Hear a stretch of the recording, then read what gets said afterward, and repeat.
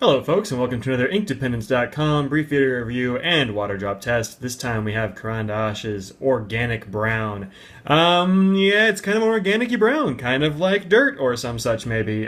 Good compost, I suppose, if you're really into gardening type stuff. And I kind of am. Thanks, Mr. Nose, I don't need your help. This is the cat that's trying to help me do the review. We'll see how it goes. He might jump on here in just a sec. This review was written with my TWSBI VAC 700, that's this guy right here. I use a non-standard nib because I don't care for the TWSBI medium. It's not my favorite nib. I think it's too dry, so I actually used two nibs for this review. This big bold business that you're seeing here is actually the Franklin Christoph nib, which is this guy right here. And let me see if I can set it down. I'll use this little guy right here, maybe that'll help. This is a music nib. If you haven't seen the Christoph nib, check out the review of it on my site, or at least the show off of it on my site. It's pretty great, but it is also huge. I mean, look at that. It's 3 tines for real, 3 real tines, and each one of those tines is actually bigger than the next size nib I used in this review, and that's this, which is a Knox nib. I got it from X Fountain Pens X, which is kind of a silly name for a site, but they do have these nibs, and they're really inexpensive. Good number 6 and number 5 size nibs. I think this was a set of 3 for something like 15 or 16 bucks, something like that. I don't know, you can go there and check if you like, but they are excellent nibs, far less expensive than a bunch of the other loose nibs you find out there, and they fit perfectly well in these TWSBI pens of the VAC variety and that sort of thing. And you can get a wide variety of nibs for not much cost. That's like having a whole bunch of pens, so give that a shot. So when you see the big bold stuff here, that was that giant Christoph nib, and when you look at it, it actually looks really nice. It's a very dark brown, but you can see the shading there and the sort of swoop here, and then in the tops of the letters and that sort of thing.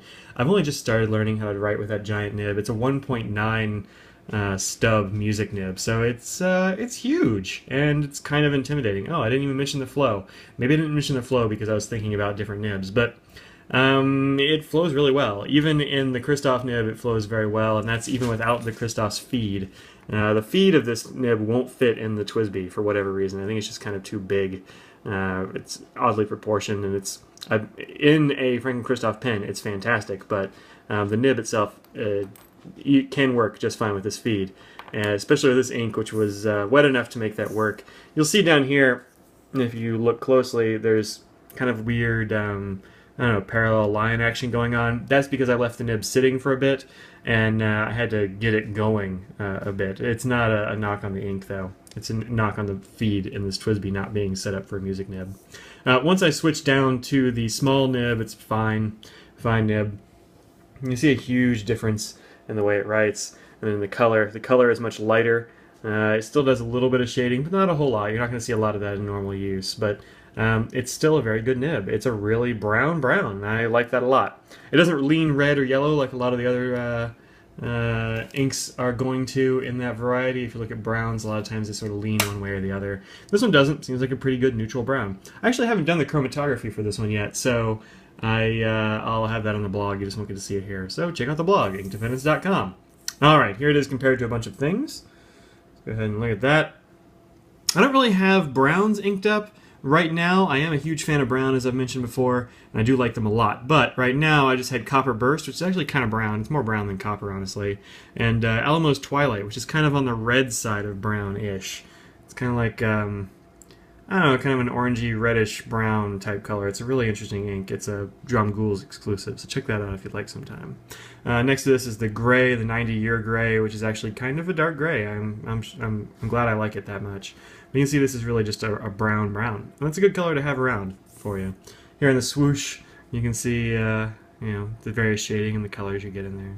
Alright, let's see what the water drop test has to show us. And I don't know what's going to happen either because I haven't done the chromatography, which usually tells me what's going to happen.